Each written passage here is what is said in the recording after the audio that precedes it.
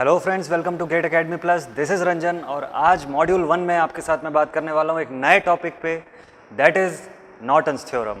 जी हाँ, तो आज मॉड्यूल नंबर 1 में हम लोग जाएंगे नेक्स्ट टॉपिक पे, that is Norton's theorem. Previous video में जैसा कि आप लोगों ने देखा था कि थेवेनिन्स थ्योरम के क्वेश्चंस पे हम लोगों ने डील किया, उसके बेसिक्स पे जाना। और एक और चीज़ मैंने डिस्कस किया था आप लोगों से कि Thevenin's theorem was one of the network reduction theorems, और उसी सीरीज़ को कंटिन्यू करते हुए आज हम आ गए नॉर्टन्स थ्योरम के ऊपर। ये भी है एक नेटवर्क रिडक्शन थ्योरम्स, और इसी के बारे में मैं आपको सबसे पहले तो नॉर्टन्स थ्योरम का स्टेटमेंट बता दूं। It is also same as Thevenin's theorem. यहाँ पे भी हम किसी भी लीनियर बाइलैटरल नेटवर्क को सिंप्लीफाई करेंगे इनटू नॉर्टन्स इक्विवेलेंट सर्किट। और सबसे पहला चीज़ ये करते हैं कि हम देख लेते हैं कि नॉर्टन्स थ्योरम का स्टेटमेंट कैसा होता है। तो आइए बोर्ड पे लिखता हूँ मैं आपके लिए नॉर्टन्स थ्योरम का स्टेटमेंट। तो जैसा कि मैंने आप लोगों को बोला कि नॉर्टन्स थ्योरम भी थेवेनिन्स थ्योरम की सीरीज़ का एक थ्योरम है, जहाँ पे हम लोग नेटवर्क को रिड्यूस करते हैं इनटू अ नॉर्टन्स इक्विवेलेंट। जैसा कि लास्ट टाइम आप लोगों ने देखा था, नेटवर्क को इररिस्पेक्टिव ऑफ इट्स कॉम्प्लेक्सिटी, अगर वो नेटवर्क लीनियर और बाइलैटरल एलिमेंट से बना हुआ है तो हम उस नेटवर्क को रिड्यूस कर सकते थे into a Thevenin's equivalent. Right now we are trying to reduce any given electrical network into Norton's theorem. एक बार मैं आपके लिए रीड कर देता हूँ इस पूरे थ्योरम को। According to the Norton's theorem, any linear bilateral network irrespective of its complexities can be reduced into a Norton's equivalent circuit having a Norton's short circuit current IN connected in parallel with a Norton's resistance RN along with a parallel combination of load resistor RL। तो यहाँ हम किसी network को reduce कर सकते हैं Norton's equivalent current, Norton's equivalent resistance और load resistance, इन तीनों को एक साथ पैरेलल में कनेक्ट करके हम रिप्रेजेंट कर सकते हैं किसी भी नेटवर्क के रिड्यूस्ड फॉर्म को। और इसी के साथ जब आप इस नेटवर्क को रिड्यूस करेंगे तब ये नेटवर्क कुछ ऐसा दिखना शुरू हो जाएगा, जिसको कि हम नॉर्टन्स इक्विवेलेंट सर्किट भी बोलते हैं, where we will be having a current source Norton current IN, also known as short circuit current, connected in parallel with the Norton's resistance RN along with a parallel connection of RL. So this circuit is known as a Norton's equivalent circuit, and from this particular circuit we can calculate the value of load current IL by using the Norton's identity. IL is equal to IN RN upon RN plus RL. So this is the Norton's theorem. Norton's theorem का use करके हम किसी भी electrical network को reduce करेंगे into a simplified network और Norton's equivalent network. तो आइए देखते हैं सबसे पहले कि इस थ्योरम को किसी न्यूमेरिकल पे अप्लाई करने के लिए आपको कौन कौन से बेसिक स्टेप्स फॉलो करने होते हैं। तो अब लिखेंगे हम, अब देखेंगे step for solving an numerical by using a Norton's theorem. तो आइए देखते हैं बोर्ड पे। तो यहाँ मैंने लिख के रखा हुआ है नॉर्टन्स थ्योरम के सभी स्टेप्स फॉर सॉल्विंग। जब आप किसी सर्किट का एनालिसिस करेंगे, किसी नेटवर्क को रिड्यूस करेंगे और उसमें से करंट की वैल्यू कैलकुलेट करनी होगी by using the Norton's theorem, then you all will need to follow all these steps. ये सभी स्टेप्स को मैंने सिंप्लीफाई करके 7 पॉइंट्स में मेंशन किया हुआ है यहाँ पे। Step number 1 is identify the load resistance RL। किसी भी गिवन नेटवर्क में लोड रेजिस्टेंस की वैल्यू आइडेंटिफाई करना सबसे प्राइमरी टास्क होता है। Then step number 2, replace the RL with a short circuited branch.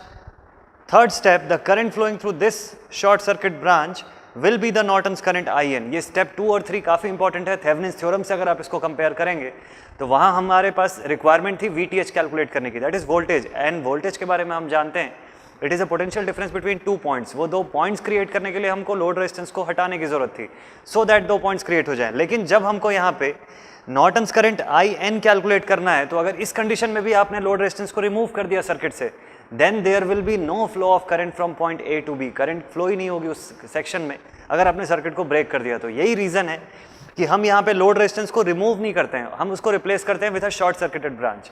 उस सेक्शन को शॉर्ट कर देते हैं और उसी शॉर्ट सर्किट ब्रांच से फ्लो होने वाली करंट को बोला जाता है नॉर्टन करंट या शॉर्ट सर्किट करंट। कुछ बुक्स में आपको ये ISSC के नाम से मिल जाएगा, शॉर्ट सर्किट करंट, और यूजुअली इसको नॉर्टन्स करंट लिखा जाता है। Then fourth step, remove the load resistance and replace all the active sources bye their internal resistances.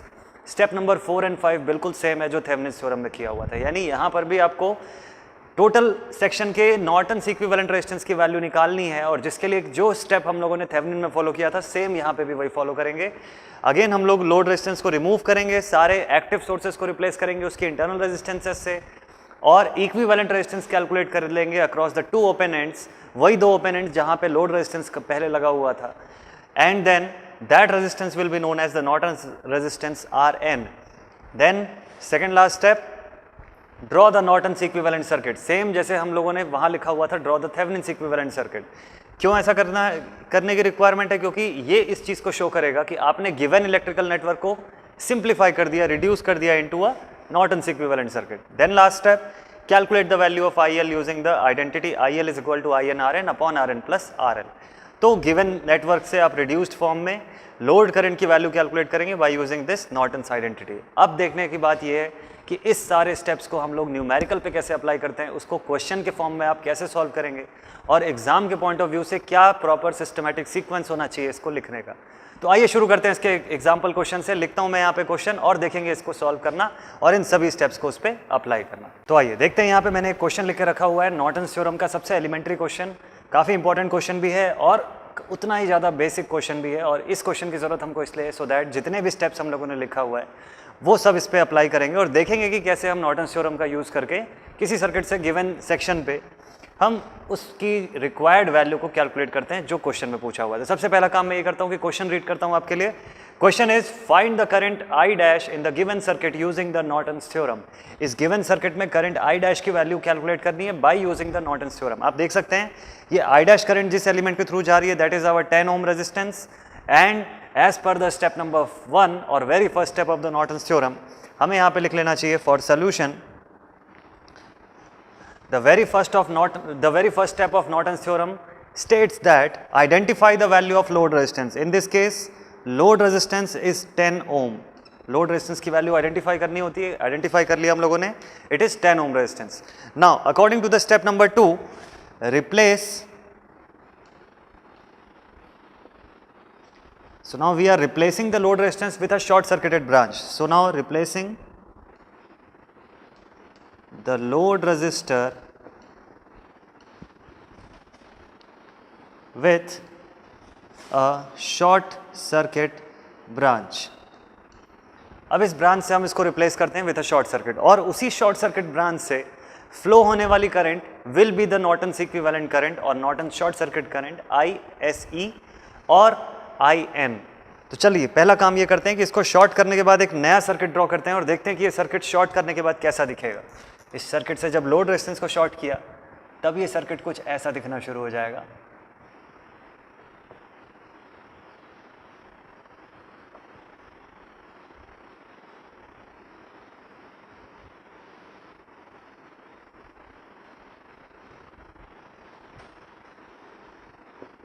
ये ड्रॉ कर लेते हैं, this is our 120 volt section, this is 20 ohm, this is 40 ohm resistance, this is 12 ohm resistance, और इस branch को हमने short कर दिया and the current flowing through this short circuited branch will be our Norton's current IN. So this is our simplified form or short circuited section, and now we are going to calculate the value of IN. IN calculate करने के लिए सबसे पहले important चीज़ ये है कि आपको individual mesh current पता होना चाहिए, और मैश करंट पता लगाने के लिए आपको KVL लगाना आना चाहिए, यानी मैश एनालिसिस करना आना चाहिए। तो मैश एनालिसिस अगर अभी तक आप लोगों ने नहीं देखा हुआ है या नहीं सीखा हुआ है तो आप हमारे फर्स्ट वीडियो को रेफर कर सकते हैं, वहाँ पे मैश एनालिसिस हम लोगों ने डिटेल में देखा हुआ है। सो नाउ अप्लाइंग KVL, तो सबसे पहला काम ये करता हूँ कि इसको शॉर्ट सर्किट करने के बाद जितनी भी मैश अवेलेबल है उन सब में मैश एनालिसिस कर लेते हैं। तो देखते हैं नंबर ऑफ मैशेस एंड सबकी mesh currents. So now we are having first mesh I1, second mesh I2 and then third mesh I3। ठीक है, तो हमारे पास यहाँ पे 3 मैशेस हैं, तीनों मैश के बीच में मैश एनालिसिस कर लेते हैं, अप्लाई करते हैं। For mesh 1 there is no need to write any kind of equation, directly वहाँ की करंट मिल जाएगी आपको देख के। I1 is equals to -2 ampere, directly आप लिख सकते हैं, करंट की डायरेक्शन अपोजिट है सोर्स की direction, therefore we have written it as -2 ampere. Now for mesh 2 के लिए इक्वेशन लिख लेते हैं। तो सबसे फर्स्ट थिंग, डायरेक्टली अगर मैं लिखूँ इक्वेशन तो 40 and 20 60 and 12 that is -72 I2. For I1 we will write as 40 I1, for I3 we will write it as plus 12 I3, and that whole equation should be equal to -120। तो ये equation मिल चुका है हमको यहाँ से। इसमें I1 की value अगर पुट कर दें हम लोग तो -2 into 40 that is -80 -72 I2 plus 12 I3 is equals to -120। इस 80 को भी अगर उधर भेज दिया so this is plus 80 now, और जब इसे सब्ट्रैक्ट करेंगे so this becomes minus 40. So this is now our first equation. Now for the last equation, mesh 3 को consider करते हैं, तो इसमें लिखते हैं applying KVL in mesh 3, equation बना लेते हैं, it is minus 12I3 whereas it is also plus 12I2 and that is equals to 0. अगर इसे और सिंप्लीफाई कर लें तो माइनस 12I3 प्लस 12I2 इसे सिंप्लीफाई कर लेते हैं. देखिए हमारे पास दो इक्वेशन है यहाँ पे, दोनों इक्वेशन को सॉल्व किया तो I2 और I3 से अगर वैल्यू निकालेंगे तो हमको I3 की एक्चुअल में ज़रूरत ही नहीं है. आपको ये चीज़ देख के पता चल जाएगी कि being a short circuited section, जब आप शॉर्ट सर्किट को सॉल्व करते हैं तो इस ब्रांच के साथ अगर आपने सॉल्व किया तो दैट ऑलरेडी बिकम्स 0. यहाँ पे हमको KVL अप्लाई करने की ज़रूरत नहीं थी, लेकिन कोई कन्फ्यूजन ना हो तो सिंप्लीफिकेशन के पॉइंट ऑफ व्यू से हमने एक बार KVL भी अप्लाई करके देख लिया. हालांकि इस सेक्शन की करंट आपको वैसे भी 0 ही मिलनी है, तो अल्टीमेटली अपनी रिक्वायर्ड सेक्शन जो है दैट इज़ I2, और I2 की वैल्यू जो है after solving the section we got I2 as 0.666 amperes, जबकि I1 की वैल्यू पहले ही आ चुकी है -2 एम्पियर.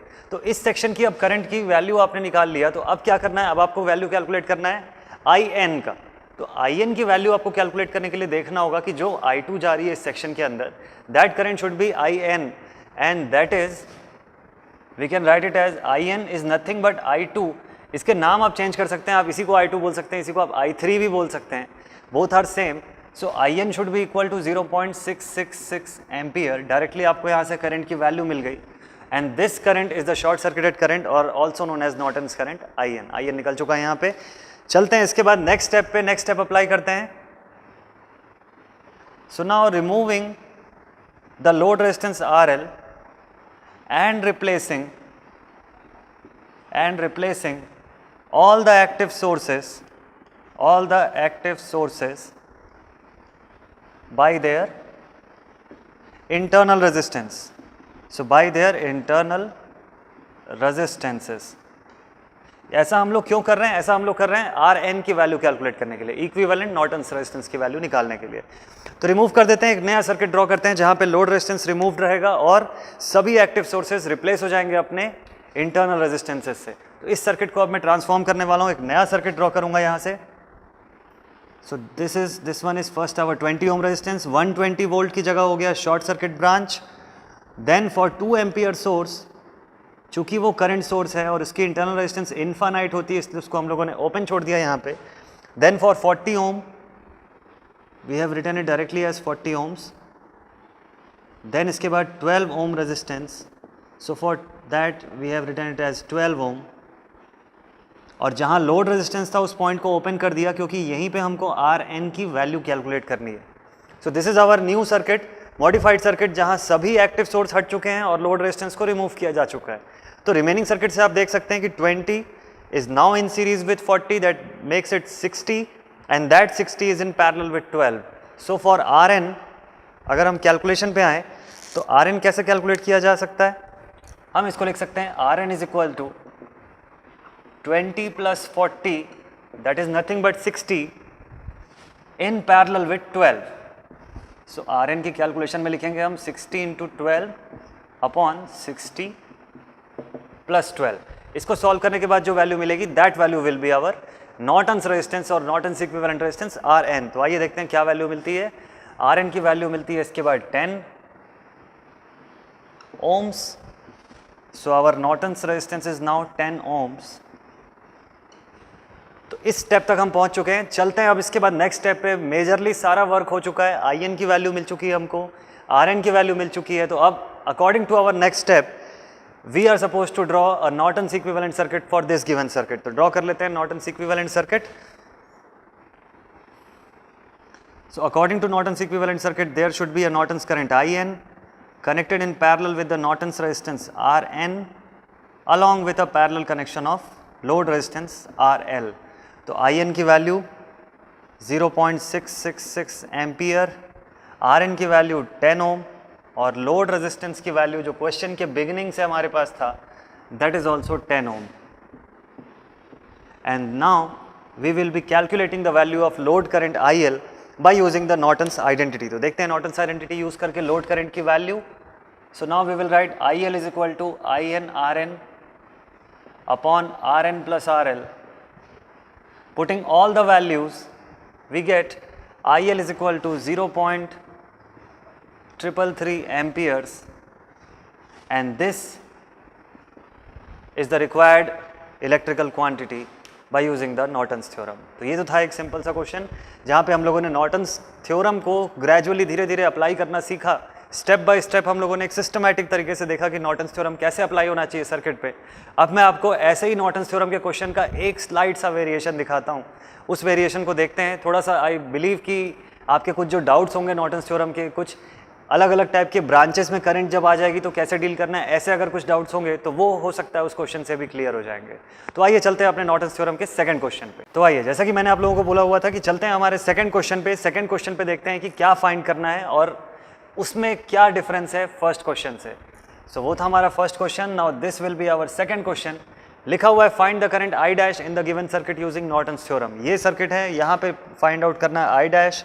देख के लग रहा है कि सर्किट थोड़ा सा कॉम्प्लिकेटेड है, कुछ दिक्कत जा सकती है इस सर्किट के अंदर, इसीलिए हम लोगों ने इस क्वेश्चन को रखा हुआ है सॉल्व करने के लिए और देखेंगे कि कैसे अप्रोच करना चाहिए। तो सबसे फर्स्ट थिंग, इस सर्किट में जो कॉम्प्लिकेटेड पार्ट है, सबसे पहला काम तो ये करना चाहिए हमको कि उस कॉम्प्लिकेटेड पार्ट को थोड़ा सा सिंप्लीफाई कर लेते हैं, सो दैट कि जब आप सर्किट को सॉल्व करना शुरू करो तो आपको डिफिकल्टी ना आए, दिक्कत ना आए।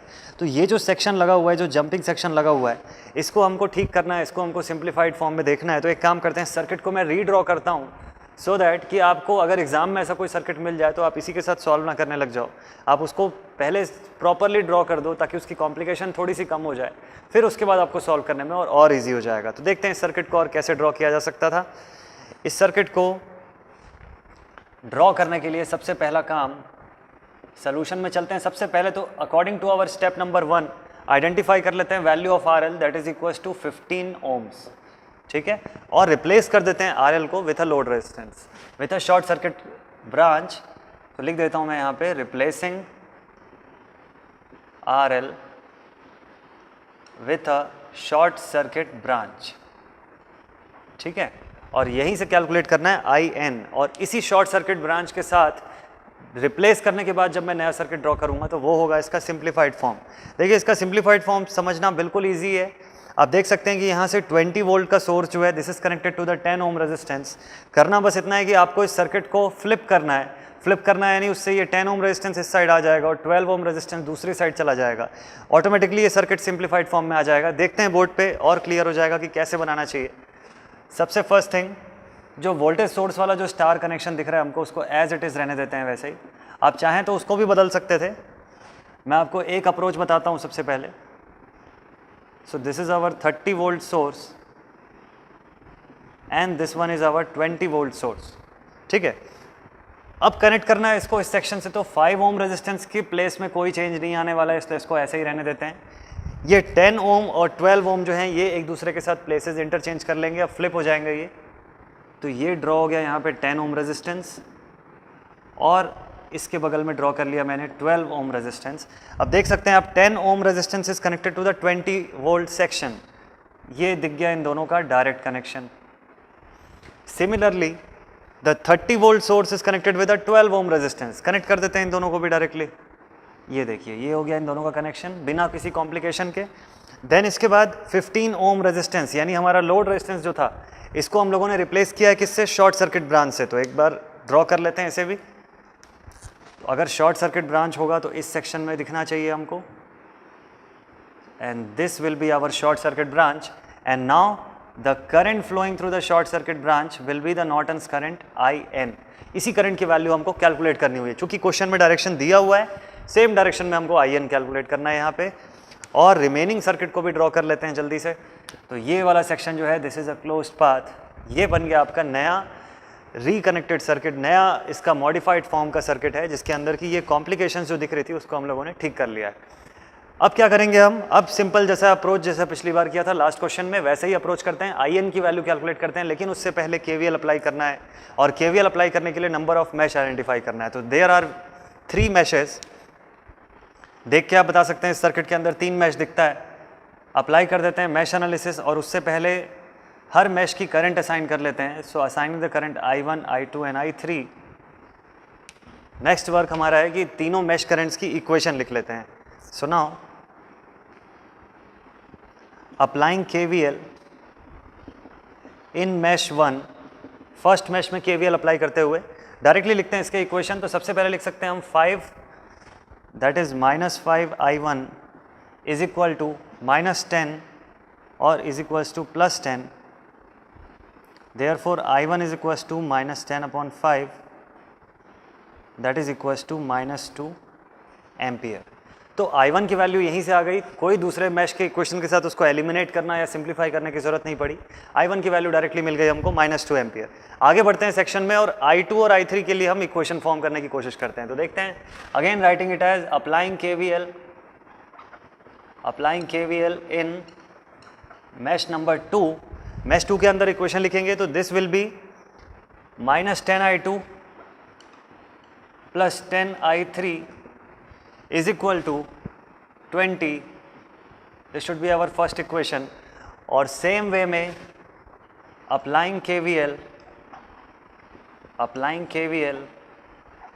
इन मैश नंबर 3, तीसरे मैश में अगर KVL अप्लाई करें तो आप देख सकते हैं दो रेजिस्टेंसेस दिख रहे हैं 10 और 12 ओम के, जिसमें से शेयर होता हुआ दिख रहा है 10। तो लिख सकते हैं 10I2 - 22I3 is equal to, दो वोल्टेज सोर्सेस भी दिखते हैं तो लिख लेते हैं -30 + 20, जिससे बचता है -10 जो इक्वल टू के दूसरे साइड जाने के बाद बच गया +10। तो KVL सिंपली हम लोगों ने अप्लाई किया हुआ है। दोनों सेक्शन की हमारे पास इक्वेशंस आ चुकी हैं, देख सकते हैं आप सभी यहाँ पे equation number 1 and our equation number 2। करना कुछ नहीं है, बस इन्हीं दोनों इक्वेशंस को सिंप्लीफाई करना है और मैश करंट डायरेक्टली मिल जाएगी हमको। सिंप्लीफाई कर लेते हैं और देखते हैं कि वैल्यूज़ कितनी आ रही है। So now after solving the equations we get I2 is equals to -4.5 amperes and value of I3 is equals to -2.5 amperes। दोनों इक्वेशंस को सॉल्व कर लिया, मैश करंट्स की वैल्यू निकल के आ गई यहाँ से। अब इन मैश करंट के हेल्प से हम कैलकुलेट करेंगे वैल्यू ऑफ IN या नॉर्टन्स करंट IN। तो नॉर्टन्स करंट IN निकालने के लिए कुछ अलग चीज़ करना पड़ेगा जो पिछले क्वेश्चन में नहीं करना था। यही कारण है मैंने इस क्वेश्चन को सेलेक्ट किया हुआ है। खास बात यह है कि पिछले क्वेश्चन में जो IN कैलकुलेट करना था वहाँ एक सिंगल ब्रांच सिंगल मैश के अंदर आ रही थी। यहाँ पर IN कैलकुलेट करने के लिए जो ब्रांच है हमारे पास, ये दो मैश करंट्स के बीच में आ रही है। ठीक, चूंकि इस क्वेश्चन में पहले से डायरेक्शन दे रखा हुआ है तो आपको चेक करना पड़ेगा कि ये सिमेट्रिकल किसके है। I2 और I1 दोनों में से किस करंट के सिमेट्रिकल है या कौन सी करंट इसके साथ सिमेट्रिकल है। तो आप देख सकते हैं ये डायरेक्शन और I2 की direction both are same. So I can write it as IN is equal to I2 - I1। अब -I1 क्यों किया? क्योंकि I1 करंट अपोजिट डायरेक्शन में जा रही है I2 के, तो माइनस तो करना ही था। I2 - I1 क्यों किया? I1 - I2 क्यों नहीं किया? I2 - I1 इसलिए किया क्योंकि डायरेक्शन के अकॉर्डिंग I2 के सिमेट्रिकल है IN की डायरेक्शन। अगर ये डायरेक्शन नहीं दिया होता तो आप कंपेयर कर सकते थे greater current minus lower current. ठीक है, तो उसके अकॉर्डिंग अगर हम सॉल्व करेंगे तो I2 - I1 और IN is equals to -2.5 ampere. दोनों की वैल्यू पुट कर दिया। I2 की वैल्यू -2 एम्पियर, सॉरी I2 की वैल्यू -4.5 एम्पियर और I1 की वैल्यू -2 एम्पियर, दोनों को पुट किया, आंसर आ गया -2.5 amperes. So this is our IN। अब चलते हैं हम कैलकुलेशन ऑफ RN पे, तो देखते हैं RN कैसे कैलकुलेट करेंगे। So now for RN removing the load resistance. अब जानते हैं कि लोड रेजिस्टेंस को रिमूव करना ही पड़ता है हमको इक्विवेलेंट रेजिस्टेंस कैलकुलेट करने के लिए। एक और चीज़ करना होता है, and replacing all the active sources by their internal resistances,